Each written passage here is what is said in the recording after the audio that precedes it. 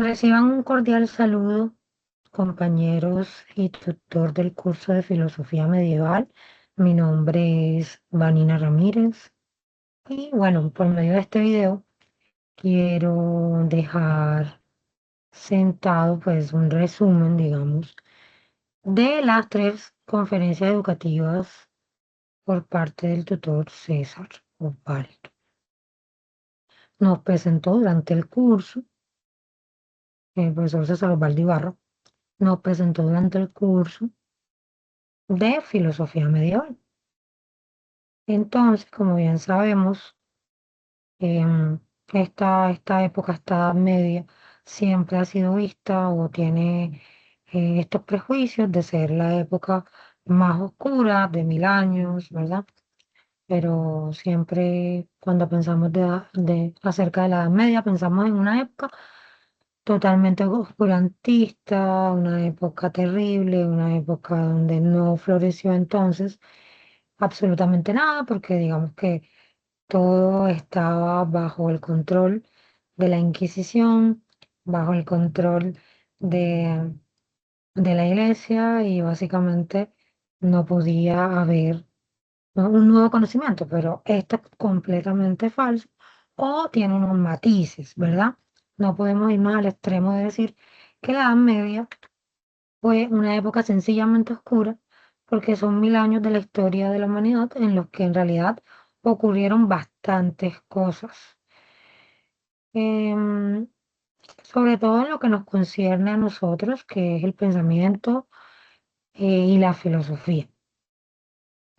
Entonces, digamos que si vamos a nombrar algunos de las herencias, digamos, que nos dejó la Edad Media, podemos empezar por las universidades que nacen en la Edad Media, la banca los bancos, lo conocemos hoy en día como los bancos, y bueno, una arquitectura que se puede visitar aún cuando se tiene la oportunidad en Europa, con toda esta arquitectura gótica, estos catedrales, ¿no?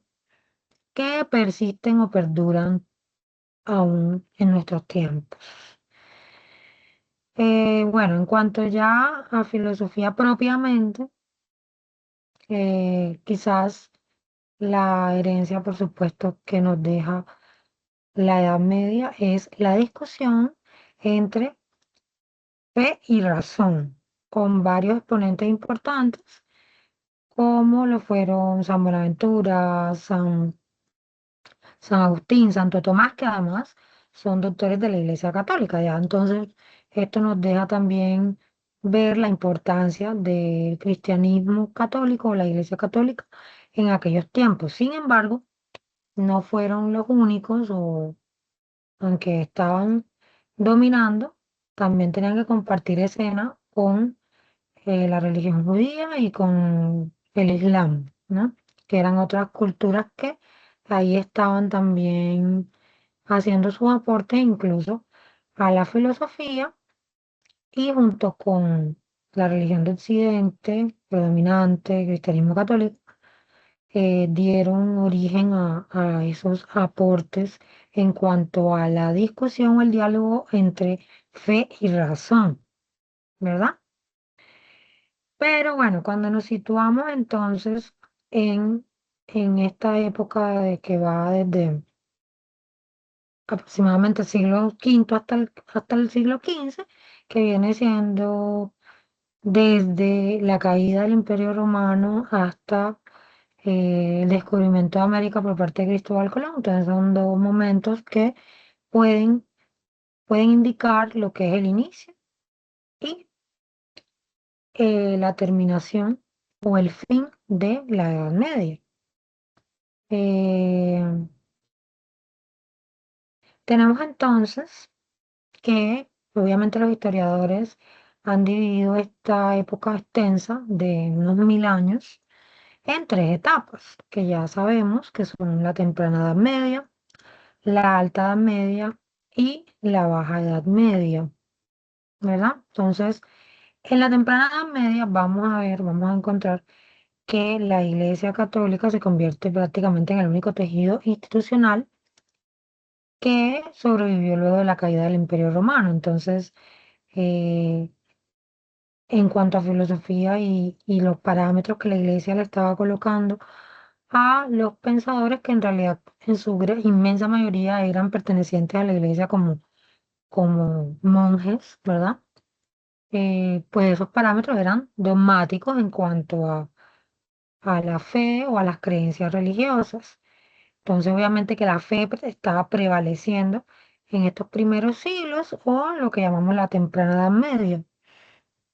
Luego tenemos la Alta Edad Media, entonces ya, bueno, ahí se dan las cruzadas, nacen las primeras universidades y es el momento, digamos, donde se ve el boom del que hablaba nuestro profesor, el boom intelectualmente hablando, pues cuando estas otras dos culturas empiezan a tener los hallazgos de los escritos aristotélicos de Aristóteles nuevos y bueno, llega Aristóteles o el pensamiento de Aristóteles a estar en boga o estar nuevamente bajo la lupa, tiene que ser esto traducido del griego al árabe, posteriormente al latín, etcétera. Y pues básicamente reta estas ideas netamente religiosas, reta esta fe digamos, sin contradictores, reta el pensamiento aristotélico, ya que la manera en la que Aristóteles, que es llamado por el tutor el hombre más inteligente del mundo, la manera en la que hace sus razonamientos, definitivamente deja en tela de juicio todo lo que estaban planteando los religiosos de la época y ellos deben sí o sí colocarse en la tarea de desestimar o de alguna manera cristianizar lo que estaba planteando, se había descubierto del pensamiento aristotélico. Luego tenemos la Baja Edad Media, que está marcada por la catástrofe sin precedentes, que es la peste negra.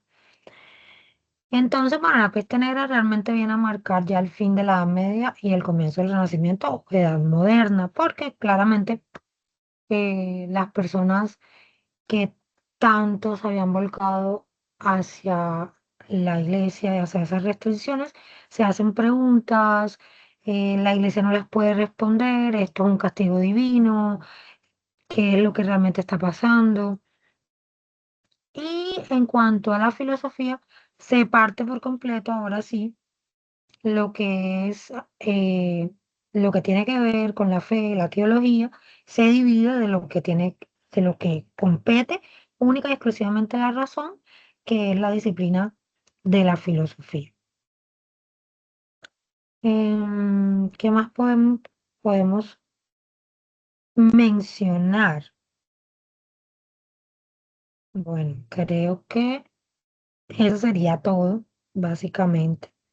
Entonces, en un resumen, ya sabemos que a pesar de las restricciones o del control de la iglesia, sí hubo una prolífica em, creación de posiciones, de literatura em, y de pensamiento filosófico, aunque enmarcado en unos parámetros religiosos. Sin embargo, uno que otro pudo ser un poco más contestatario, sobre todo hacia finales de la Edad Media, pero definitivamente decir que fue una época oscura es negar o ignorar eh, todo el trabajo de los filósofos medievales.